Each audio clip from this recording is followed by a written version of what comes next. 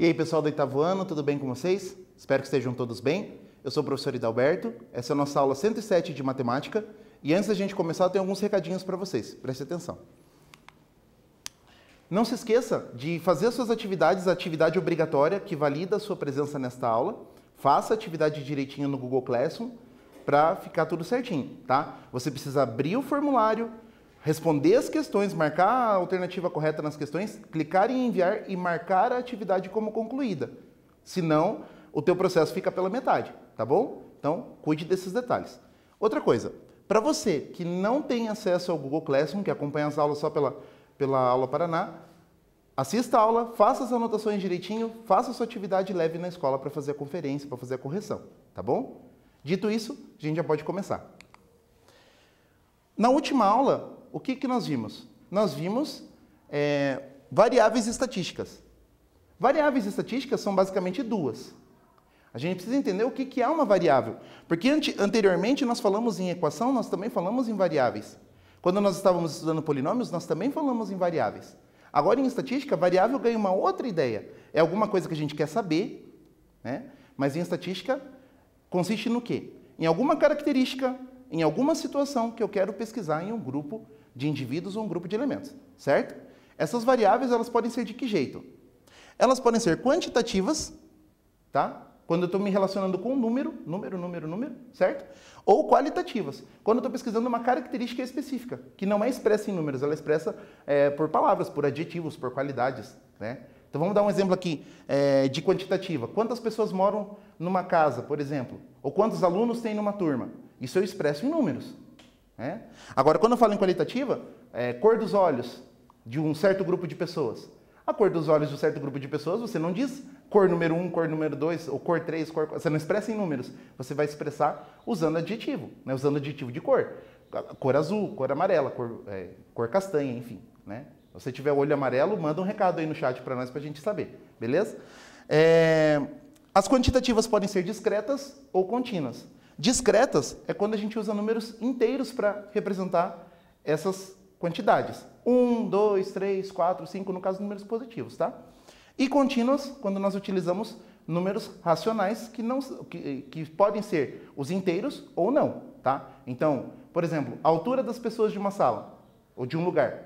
1,75, 1,29 são números racionais, né? E então, nós temos uma variável qualitativa contínua, beleza? Vamos continuando. Hoje nós vamos falar sobre pesquisa e organização de dados. Mas para a gente começar, vamos recordar o que nós vimos anteriormente. Eu tenho aqui um exercício para você. Dê uma olhadinha aí nas alternativas e tente associar com aqueles 3 elementos ali. Com os 4 elementos, aliás. Pesquisa censitária, pesquisa amostral, população e amostra. Tá? Você lembra desses conceitos? Vamos dar uma olhadinha nas alternativas. A primeira opção fala assim: conjunto de todos os elementos que tem a característica de interesse de uma pesquisa. A segunda alternativa diz assim: tipo de pesquisa que envolve toda a população. A terceira alternativa: tipo de pesquisa que envolve uma parte da população. E a quarta alternativa: parte da população de interesse para a pesquisa. Te dou um tempinho e a gente já volta com a resposta.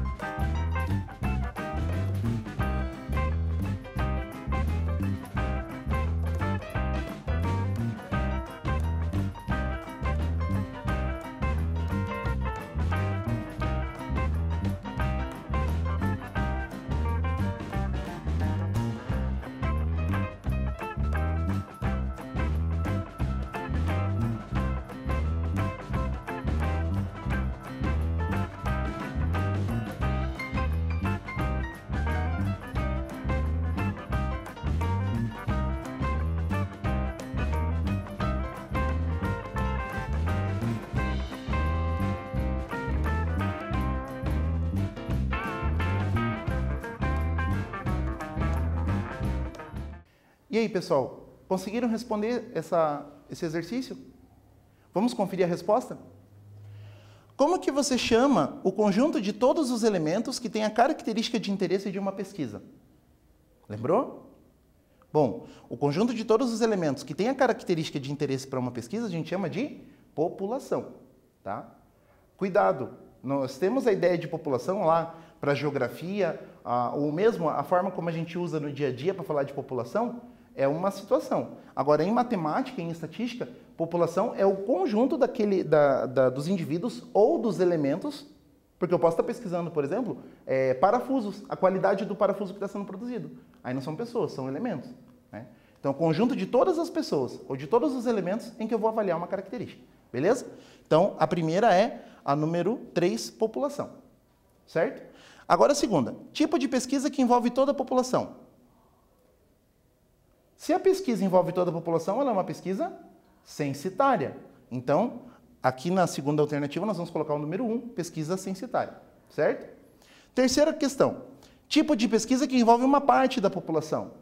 Se envolve uma parte da população, ela envolve uma amostra, que já é o item 4. Portanto, nós vamos ter o quê? Uma pesquisa amostral, tá? Então, aqui na terceira, vai o número 2.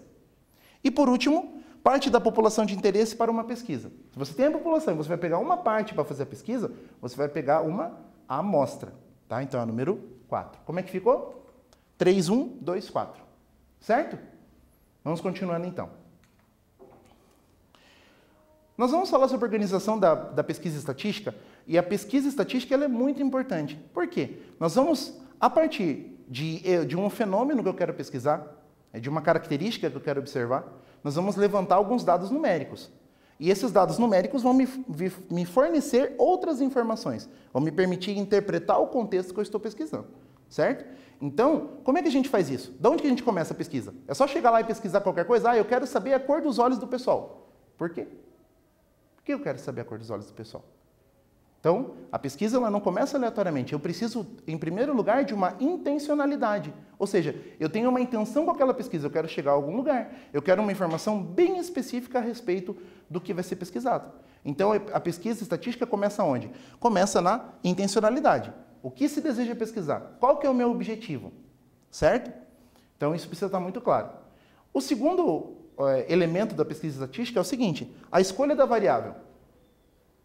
Se eu quero saber, por exemplo, qual que é o produto que melhor se adequa, né, qual é o produto que vai vender mais, qual que é o produto que vai ser mais interessante para uma determinada população, eu tenho que pesquisar coisas relacionadas àquele produto.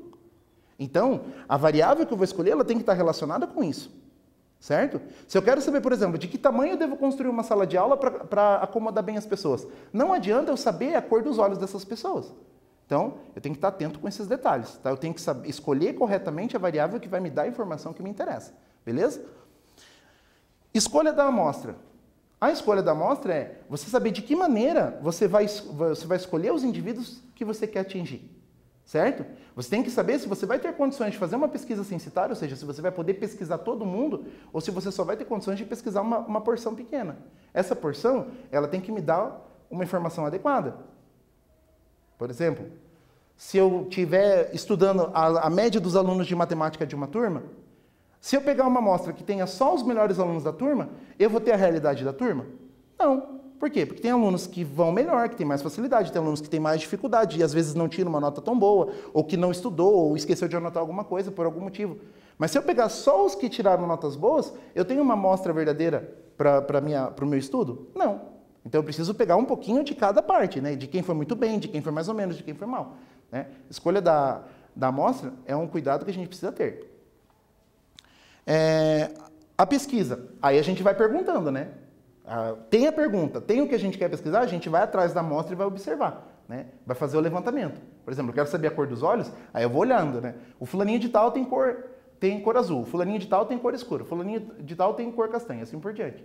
Né? Aí é a parte da pesquisa mesmo, na entrevista, quando for necessário. Às vezes você vai responder uma pesquisa usando esse Google Forms, que é onde a gente faz as atividades, né, do Aula Paraná, e assim por diante. A tabulação. Depois que eu faço a pesquisa, todas as informações que eu pesquisei, eu preciso organizar elas para poder extrair as informações que me interessam. Tá? Isso a gente vai chamar de organização de dados ou de tabulação, beleza? E por último, a inferência. O que é inferência? Olhei os resultados da minha pesquisa estatística, a que conclusão eu cheguei? O que eu posso inferir? O que eu posso concluir disso? Esse é o resultado da pesquisa. Tá? Então a pesquisa ela segue todos esses passos. Beleza? Mas para a gente poder fazer a organização dos dados, a gente precisa de alguns critérios. O primeiro critério nosso é o seguinte. Imagine que eu quero saber, eu tenho um grupo ali de 100 pessoas e eu quero pesquisar a idade delas. Aí eu tenho lá nas respostas 23, 29, 15, 18, 21. Será que olhando os números nessa ordem eu consigo resolver? Eu consigo concluir alguma coisa? Talvez não.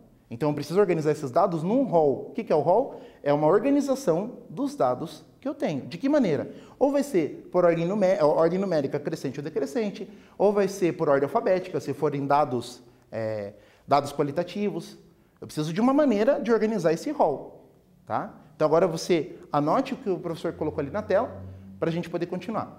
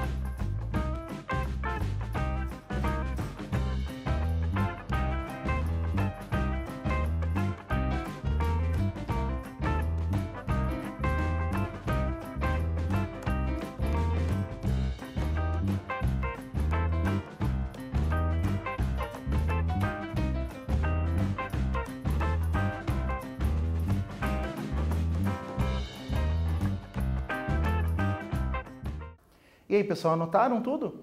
Vamos continuando então. Agora que você já sabe direitinho o que é o rol, nós vamos perceber melhor no exercício, vamos para a continuação. Precisamos também saber um pouquinho sobre frequência. A frequência para nós vai ser o seguinte, alguns dados podem se repetir na pesquisa estatística, outros não. Então, o número de repetições, ou melhor, o número de ocorrências de cada dado numérico, ou de cada dado qualitativo, é o que a gente chama de frequência. Então, se um dado se repete 3 vezes, eu tenho uma frequência 3. Considerando este termo aqui, ó, frequência absoluta. A frequência absoluta é a quantidade mesmo. Tá? Então, um dado se repetiu 3 vezes, então frequência 3. Um dado se repetiu 7 vezes, frequência 7, e assim por diante. A relativa é a porcentagem. Então, eu pego a frequência absoluta e transformo em porcentagem. Tá? E tem várias maneiras de fazer isso. Pode fazer por regra de 3, pode fazer pela razão, e a gente vai ver como a gente pode trabalhar isso nos exercícios, tá bom? Então agora, anote essa informação para a gente poder continuar.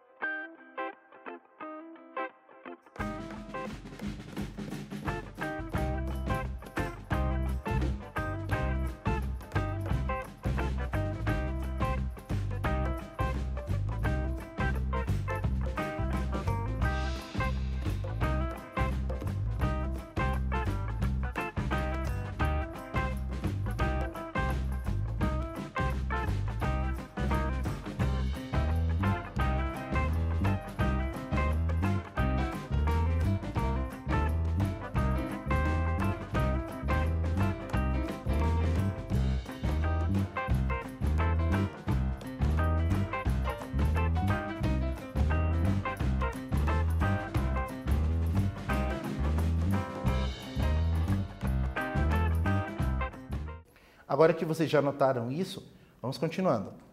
Eu tenho aqui um exemplo para você. Eu pesquisei a idade dos candidatos a uma vaga de concurso. Então eu achei esses valores aqui, ó, 29, 18, 20, 29, 25, 29, 29, 18, 20, 25. Quando eu organizar o rol, o que vai acontecer? Eu vou colocar esses números em ordem crescente, porque normalmente a ideia é mais conveniente, colocar eles em ordem crescente. Então olha aqui, ó 18, 18, aí depois vem o 20 e 20, né? O 20 repetiu 2 vezes também. Aí depois o 25 2 vezes e o 29 4 vezes. Mas em ordem crescente. Esse é o meu rol, beleza? Os dados organizados, rol. Agora, eu vou anotar nessa tabelinha aqui as frequências, tá? Então, olha bem, o 18 repetiu 2 vezes. Tá aqui, certo? O 20 repetiu 2 vezes. Está aqui. O 25 também repetiu 2 vezes. E o 29 repetiu 4 vezes. Totalizando 10 pessoas, 10 candidatos. Uma coisa importante é que nessa pesquisa eu não preciso saber o nome das pessoas. Porque eu estou preocupado com a idade. Então, o nome, onde mora, o que ele faz da vida, isso não é importante para a pesquisa nesse momento. Eu preciso só saber das idades, certo? Agora, vamos ver como é que fica a frequência absoluta, a frequência relativa, que é porcentagem. Esse exemplo é um exemplo fácil. Por quê? Porque eu tenho 10 pessoas, então cada pessoa vai representar quantos por cento? Vai representar 10%. 10 vezes 10, 100%. Tranquilo? Então, se eu tenho uma repetição de 2, cada repetição de 2 vai ser quanto? Vai ser 20%.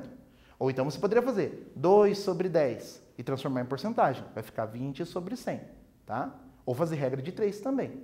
A opção para transformar em porcentagem existem várias. Então, vamos lá. Então, aqui deu 20%, aqui deu 20%, aqui deu 20%.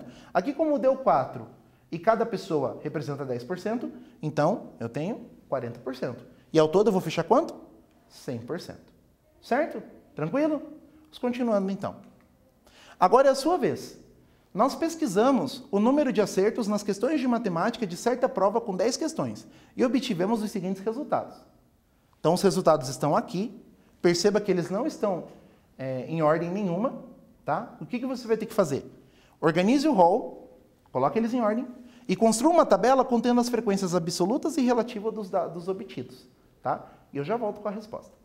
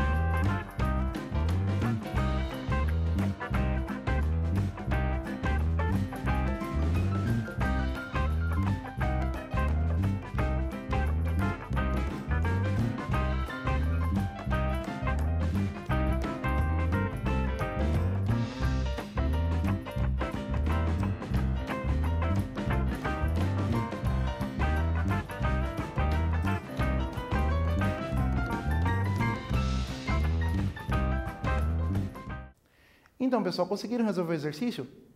Eu acho que a parte de fazer o rol, né, colocar em ordem, não é tão difícil. Então, vamos acompanhar aí na telinha, que eu já coloquei a ordem certinha para vocês acompanharem comigo. Olha lá.